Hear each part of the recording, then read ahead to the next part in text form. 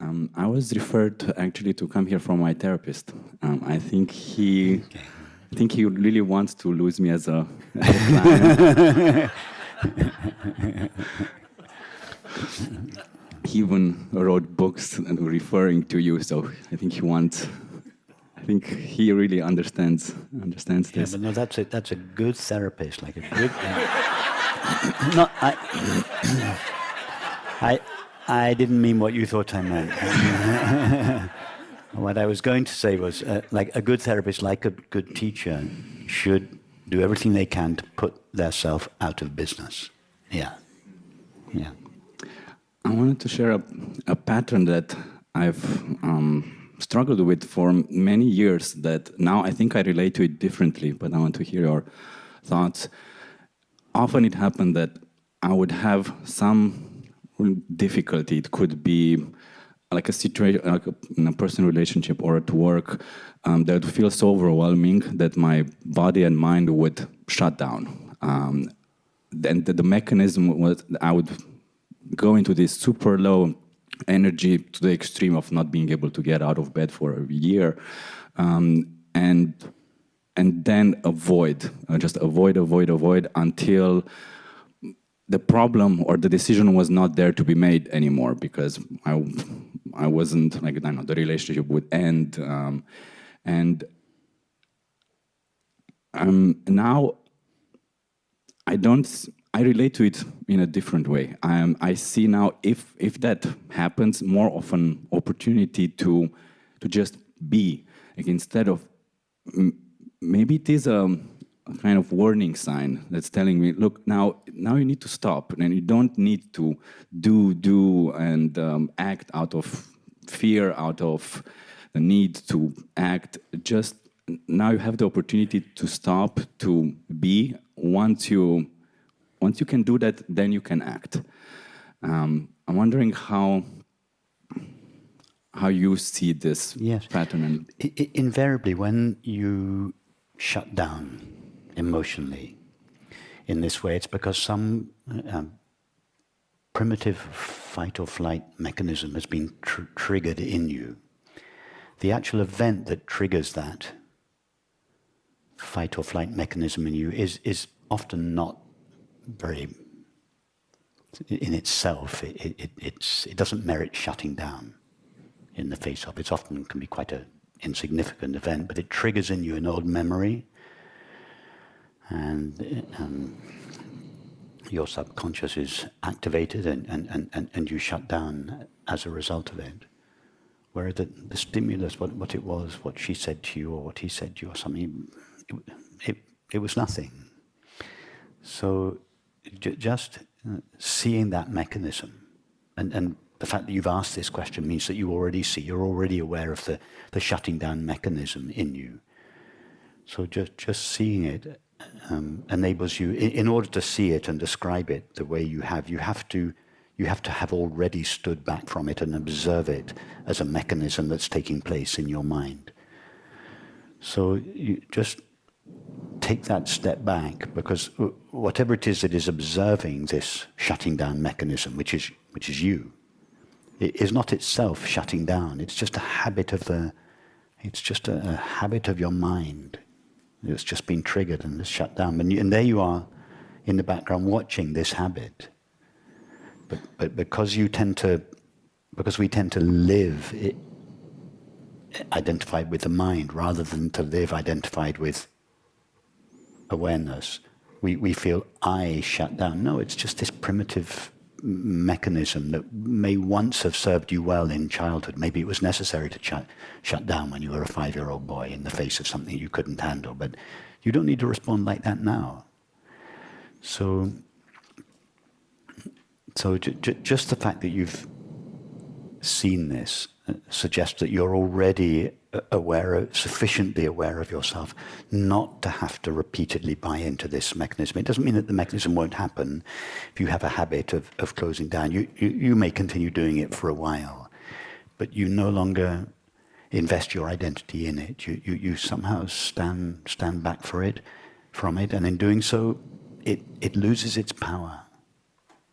You're aware of this contraction, but you remain open to the person you were talking with. You can feel yourself tensing up, and you can think, oh, in the past I would have closed down completely and left. And now this contracting mechanism, I can still feel it in my chest, but I'm just going to remain open and keep talking. And if you do that, you'll find very quickly that this old habit of closing down, it can quite quickly diffuse, because you're no longer feeding it with your belief, I have to close down, I'm being threatened, what I am is being violated. And no, what you are is not being violated, it's never been violated. And therefore you don't need to close down in the face of anything.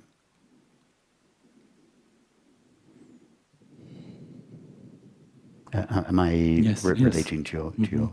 So don't think, oh, I've got this habit. It's been with me since I was 5 years old, and so it's going to take me. It's been with me for 3 decades or 4 decades. It's going to take me 10 years of it. No, it doesn't need to take that long. Once you see it clearly, you're free of it, and you just do that 2 or 3 times, and the habit can leave you quickly. You just laugh at yourself. You just find yourself. You're having a conversation with a colleague or a friend, and they do something which only 3 weeks ago would have caused you to contract like this and go home and shut your... And now you just think, oh, why would one do that? It's so unnecessary. I can just stay open. They haven't hurt me. They haven't violated me. They haven't done any... I can still feel the old residue of the impulse to contract, but I don't buy into it anymore. It can happen quickly.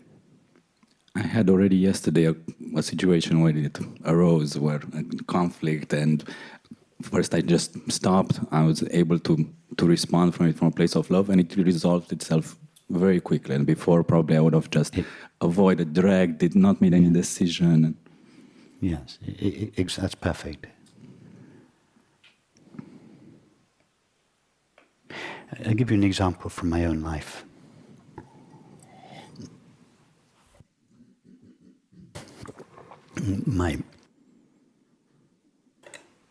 My dear, sweet mother. Some of you knew her. A few of you knew her. She was wonderful, but to put it mildly, rather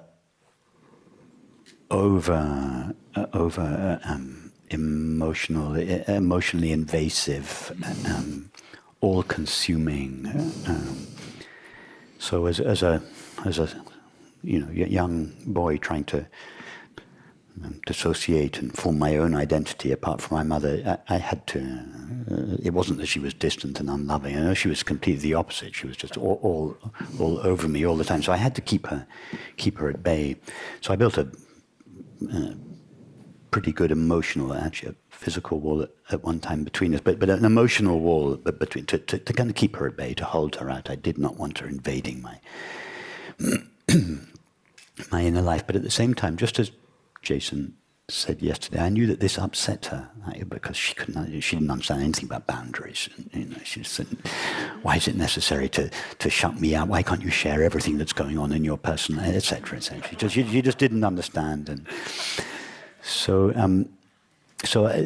maintaining this wall, but between us, I could see that it hurt her, and I love her. I didn't want to hurt her, but I knew that at the same time I couldn't give her what she wanted, but because I was just completely emasculated by her, and so that was a conflict.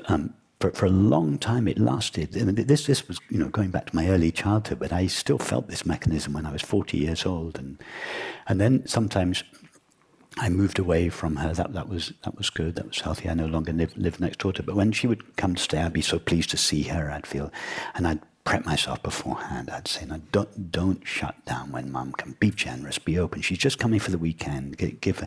And I would feel so well disposed towards her. And then we'd start talking, and she'd ask questions, and I'd think, okay, I'll share a little bit more with her. Then I'll just give her a little bit and be open. And I would open the door a crack, and she would dive through it.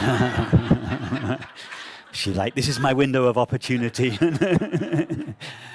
And then I think, oh no, no, why did I do it? I shouldn't have. I shouldn't have. It always happens. And so then I would erect the wall again, and we'd have this rather cold weekend together. And I could see that she was on her best behavior, trying not to, etc., etc. So it went on like this. But then so this went on for quite a few years. But then I noticed that when she would come to stay, and I would just open the door a little bit and let her in, and she would immediately come in, and I'd feel this old childish feeling of being overwhelmed, smothered in affection, and so on. And I would feel this impulse to close the door again, but something in me said, no, don't. Stay open. Otherwise, you're going to go on for the rest of your life repeating this pattern. Neither of you want this. So I could feel it was visceral. I could just feel my body tensing up like this. And I would say to myself, no, just, it's okay, stay open. She's not violating you. She's not consuming you. She stay open. And over a relatively short period of time, I learned to be open with her, to share a little bit more with her, and not to feel overwhelmed by her response. And the beautiful thing about it is that she immediately responded. She was more respectful. I didn't feel that she wanted to, a sort of feeling of wanting to suck my emotional life out of me. She was, and our relationship matured.